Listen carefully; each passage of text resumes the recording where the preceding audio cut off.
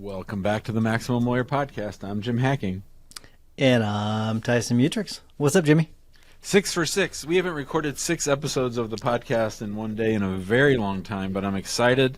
I'm excited about our guest. I'm excited to be here with you. I still have to do my Immigration Answers live show in an hour, so that'll be my 7th show of the day. But how are you, my friend? I'm doing great, man. We're gonna bring the energy for this final show of the day. It's a good one. It's something that I think both you and I are excited about. So I'm doing great though. So this is gonna be a fun one. Our guest today is Manny Griffiths, and he is with the company formerly known as Milestones, but now it is called Hona, and he's the co-founder and CEO of Hona. He has spent the last 7 years in legal tech. So, Manny, welcome. Happy to be here. Glad that I'm 6 of 6. Last, but hopefully not least. Want to make this one exciting, so excited to chat with you both. Well, we just said, for those of you listening on the podcast and not watching the video, that Manny wins the award for the best backdrop. You can see the mountains behind him, and he said that he deserves the award for the most episodes listened to by a non-lawyer. Tyson challenged him about our friend Larry Weinstein, the CPA down in Houston. But Manny, we are glad that you are with us. Why have you listened to so many episodes of the Maximum Lawyer podcast? I really just love to learn the space. I listen to a lot of legal. I'm a non-lawyer founder in the legal tech space, which can be controversial, or sometimes people are like, oh, I want a lawyer that creates my tech.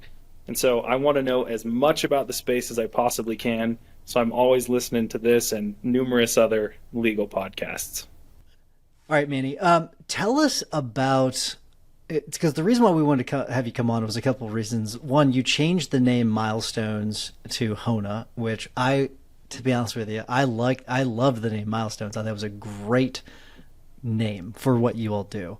And so we wanted to talk about that, but then also you all got a big round of funding, which was amazing, like a massive round of funding, which was awesome. So we're going to talk about those two different things at some point. But right now, talk about why you all started Milestones originally, which is now Hona.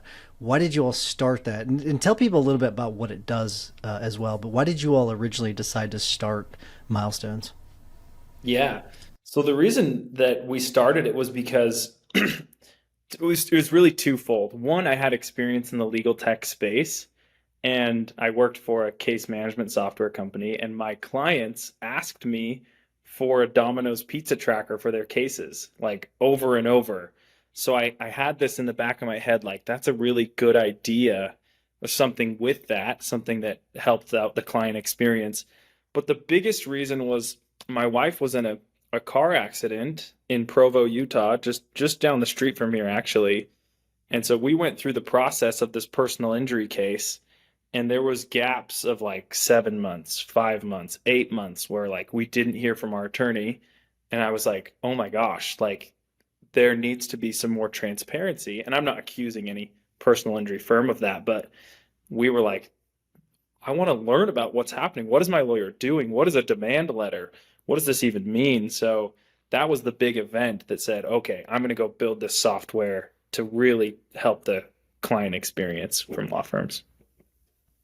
Talk to us about the difference between you being able to inform your client through the app versus having your client contact you and ask for updates on your case. What have you heard from the law firms that you've worked with? Yeah. Well, we really want our firms and our clients to do both, right? Because telling them and being able to ask their lawyer is super important. Like that personal touch is really important. I think the difference is like using Hona is it that's the way, like the world is changing and people like don't have time to talk on the phones. People are busy, like technology, all these applications like the Domino's pizza tracker, Amazon package tracking, they all use technology to, communicate updates with their clients. So why is this not happening with businesses and law firms? It needs to happen. The landscape has changed. So I think that's a big thing. On the technical side of things, it seems like this is a trickier thing than what most people think because it definitely seems like Domino's, I've heard, has spent a ton of money on developing their pizza tracker. And now you see them on like with several pizza companies, delivery companies, but none of them are really as good as Domino's. So, how tricky, just from the technical side of things, how tricky was it to develop this? It was, it's tricky because you have to like, here's the hard part. If you're a law firm, you don't want to jump between tabs all day saying, okay, I'm in my case management software, and then I have to go to another tab to update my clients and another tab to do my accounting and whatever it is. So, like, our whole thing is that you don't have to change your day to day if you're a law firm. We connect to your case management software, and it's going to use technology and the APIs to send updates to your clients. So the hard part is integrating with all these different case management softwares to push out those updates and communication. So like we have 10 or 11 integrations. Like sending a text message and going into a web application isn't that difficult, but like tying into each of these case management softwares is a lot of work, and each one of them is so different. So that's really the hard part of how to do this. In one of our earlier episodes today, we asked a lawyer who has a implementation company, a software implementation company, a partner, what grade she would give to most law firm owners. And I would think that when it comes to how they use technology, I would think that you're probably working with law firm owners who get it, who are probably pretty technologically savvy. Where do you think the state of legal tech is from a user standpoint? Yeah, it's interesting. I read this book called Crossing the Chasm. Really cool book, actually. It's a tech book about like when people adopt new technology, and it kind of describes it as like a classic bell curve, whether you're at the start of that curve or you're a late adopter.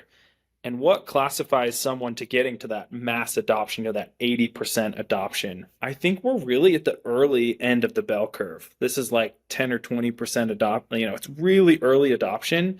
But in 10 years, we're going to come up on that bell curve, and 80 or 90% of lawyers will be using Hona or a product like Hona because people are seeing how well it works for their clients.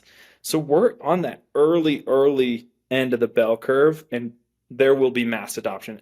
Like everyone will be using this in the next, 10 years. I don't disagree with you. It is a very very handy thing, and I think a lot of people get a lot of use out of it. All right, so I can't wait anymore. I got to jump into this because I want to know so badly. You all changed the name. All right, Yes, we so changed. yeah, so tell me why, and then I guess tell me what, like, as much as you can, but tell me why. But then how did you come to the name Hona? Because this is not like a simple process. This has got to be a complicated process. So tell us Yeah. about it. Yeah, I'll tell you a little bit about. So we were Milestones, which was a great name, Tyson. I It was loved. fantastic. I love the name so much. Yes, we loved it, and like we had a great brand. But I think what was happening was people just looked at our product as like milestone case updates. That's what it was. And when you heard the name, that's what it was. Oh, they do the updates. But like our product has evolved and has developed into much more than just milestone updates. And we said we needed something, we really wanted something ambiguous that didn't mean anything, that when people heard Hona or heard the name, it depicted client experience, technology and client experience. And so we actually, and this is kind of bold of us, but we picked a name and we used ChatGPT to find it, but we picked a name that didn't mean anything. And that was because we want Hona to mean client experience. And so it's kind of bold. But like in seven, when our brand is big, people say Hona. Oh yeah, they do the client experience technology tool. And so it's interesting.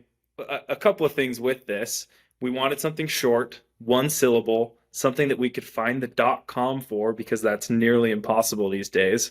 And so we needed something that just we could grow into. And the thing is we're a really early stage technology company. Like, we're 2 years, just over 2 years in it. A lot of times these products pivot and they change.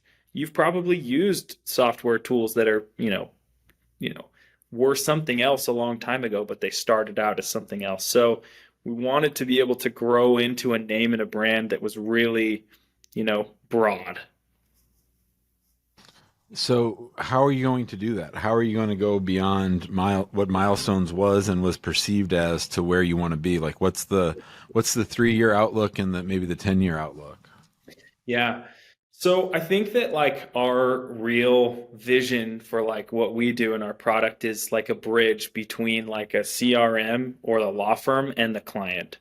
So if you think about all the interactions that you have as a lawyer with your client, you're going to have basic communication. You're going to have data collection. So sometimes you need information about, their social security, their medical records. So like collecting information from them. Another thing is like billing and handling money, like transactions. So like that's another interaction that will go through Hona. You think about like even face-to-face communication, like that can go through Hona as well, with like something like what we're using today. And so like every interaction will be done and stored through Hona. So we just, and even like we just released an AI chatbot too, where it like can like actually give you more information on the case from it using AI, which I can talk more about later if you want. But Oh, I mean, that is interesting. So okay. So are you saying that a current client of mine, if I had Hona, could go and do a chatbot to get information about their case? correct. Wow. Okay, that's new. I've not heard that before. That's talk more about that. That's cool. So this is early stage. It's beta right now. But essentially what it does is your law firm can use, like, you could upload a 10-page Word doc or PDF about firm policies, how you run cases, every like your team members. And so they like your clients could go into Hona and be like, could ask a question, hey, what's the typical timeline for Gina responding to me? I don't know, whatever they want to ask. What's the typical, how many records is common for my personal injury case that I need to be collecting? And they could ask it. It could look into your firm's policies. It could look into the web. It could look into their current case, like your case management software, and derive an answer for them. So it's like they can get a lot of detail on their case just from asking AI, the chatbot inside Hona. I mean, could they do something where like, hey, when's the last time that Tyson reached out to the insurance adjuster? Like, would they be able to get information like that? Yeah, that's our whole vision for this, is like, and this is the scary part too, because you're going to say, oh, I don't want them to look into my case management software and pull in notes, right? So we're going to tie into the case management software, and like you as the lawyer will specify which content you want to go to your clients, and they could ask and they could receive.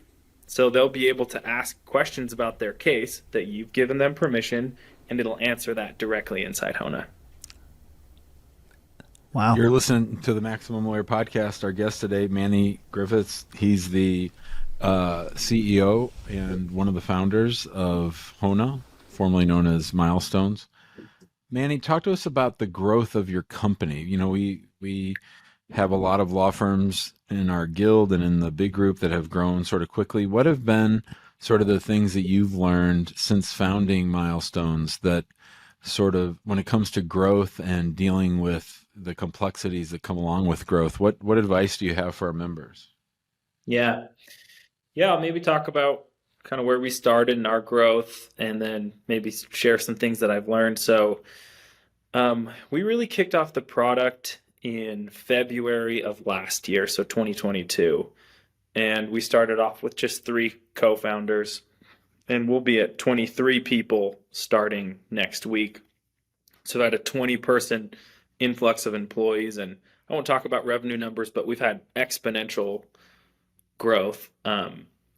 And so the team's getting big. We've grown really fast. Um, One of the things that I have learned is is at least with employees, when you grow really fast, it's just important. I've seen it important for us to really communicate that change, set your employees up for the expectation of constant change.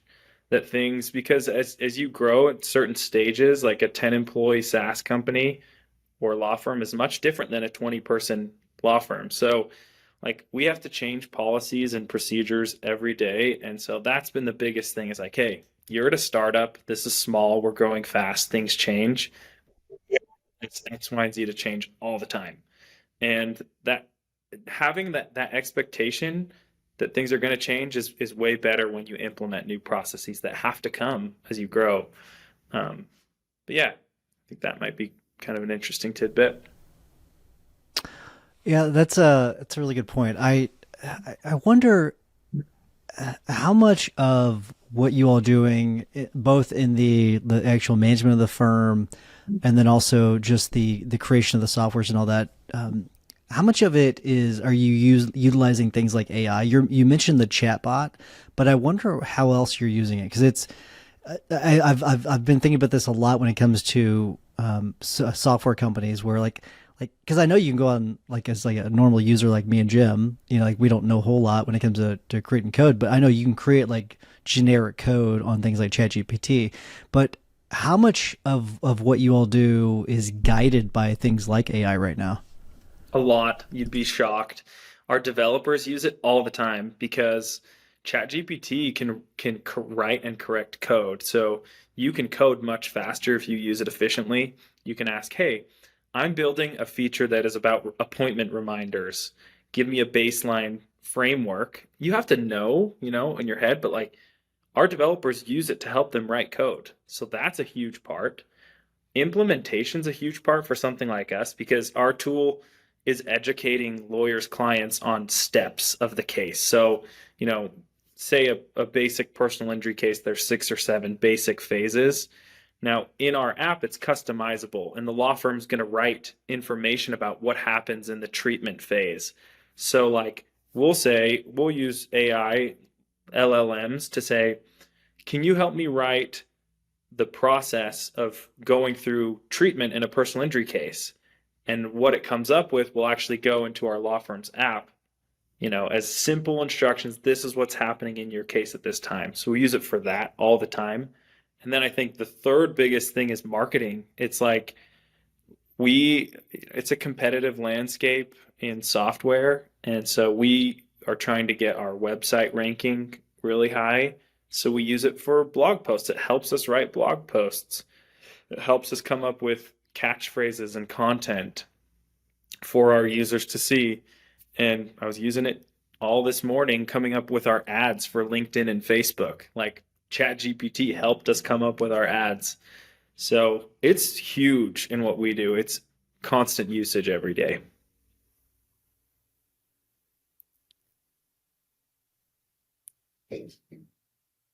Hey Jimbo, you're on mute.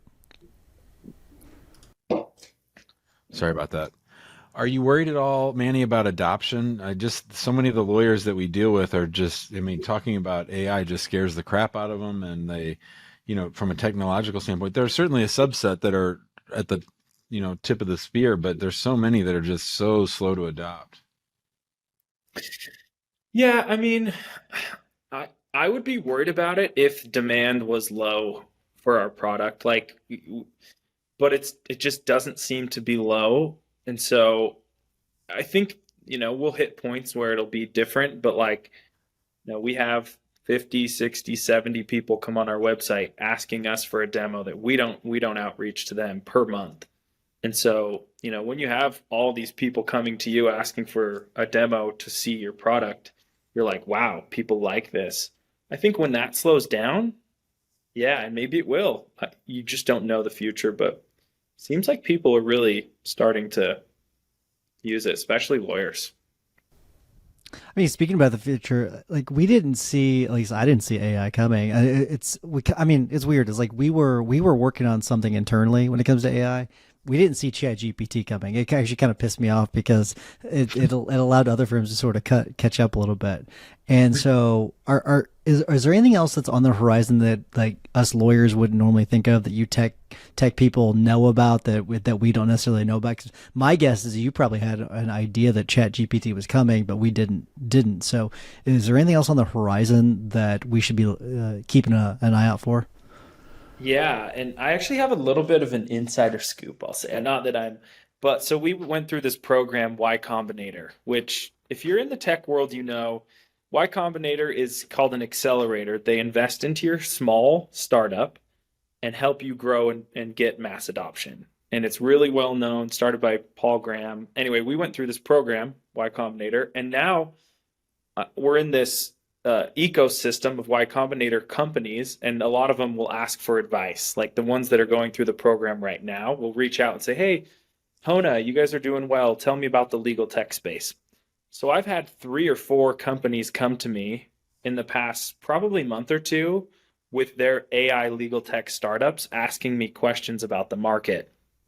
So like they're getting really specific and tailored. One that came to me the other day was an AI tool that drafts trademark and IP requests. And it's essentially like a Google Chrome extension. You put in a couple fields and it will draft an entire document for them instantly.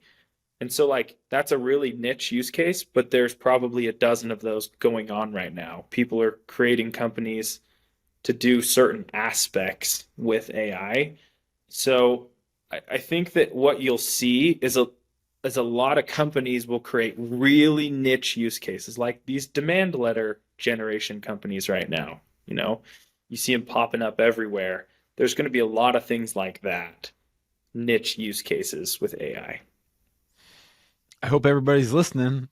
I hope everybody's listening because a lot of these pieces are things that you're probably billing by the hour for or billing for the overall project, and AI and the internet is going to eat your lunch.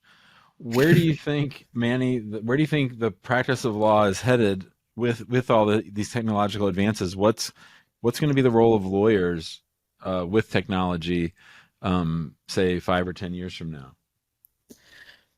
Yeah, I think that lawyers are super needed and like their discretion of using AI. I think what's going to happen is that it's just going to be the ones that are smart and use AI run the entire space. They do 90% of the business. And the firms that aren't using AI, aren't as smart, aren't as efficient, they're just going to die off. I think that there's going to be a lot that have to transition to different jobs. And I think that there'll be like an elite group and that run, you know, that run law firms. And I don't think it's going to go away. Like lawyer jobs will never go away, but it'll be really sophisticated people using technologies and know the law that completely run the space. And so a lot of them will drop off. I think there'll be a lot less lawyers and there'll be really good elite ones. I don't know if you just heard that, but a bunch of records just skipped, and you heard a bunch of gasps of people people listening to this. So it's just a matter of I think adoption. I think a lot of adopting AI. And I think as long as people are listening to podcasts like this, I think they'll be just fine. But yeah, I do think that there's going to be a definite shift over the next 5 to 10 years or so. But Manny, we are going to start to wrap things up. Before we do, can you tell everyone how they can get Hona if they are interested?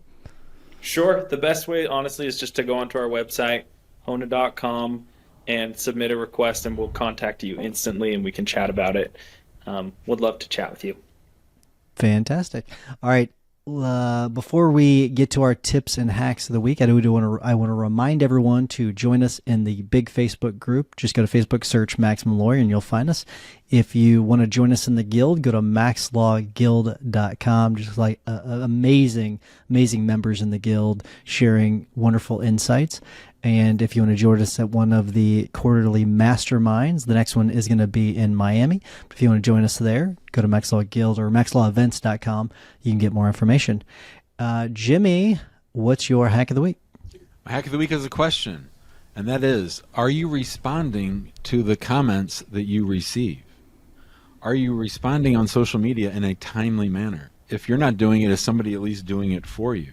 I've spent the last couple of weeks just testing out what it's like when Jim is responding to all of his YouTube comments, and I probably get about 20 a day maybe, and so it's not too onerous. And if you do it inside studio, it's pretty quick. You can do it, and we've started to see more engagement on the YouTube channel just by me doing it. I had some people in the firm helping me with it, but as I mentioned on the last episode, I've been listening to a lot of Gary Vee, and I think people get sort of jazzed about getting a comment back from me. So I would encourage you to pick whatever channel is the one that you're getting the most engagement on, and don't forget about those comments. Don't leave that there. Don't just let people be talking to avoid. Let it be sort of interactive and using the tools that are out there for you. Yeah, the YouTube Studio app is very handy. It makes it really easy to respond to comments, so that's a good one. All right, Manny, we always ask our guests to give a tip or hack of the week. What you got for us? So mine's going to be an interesting one. I don't know if anyone here that listens to this podcast is a fan of college football, but they recently allowed you, in the whole NCAA sports program, you can now pay players for their name, image, and likeness. A fun marketing hack that we're doing is using well-known players to shoot commercials and advertisements with, and it's really inexpensive. So my favorite team is the BYU Cougars. We recorded two 20-second clips with college football athletes, $250 for each clip, and we sent it out to all the BYU football player or BYU alumni in our network, and they said, "Oh, that's so cool. We'll take a look at your product." So the hack of today is use college football players or college athletes.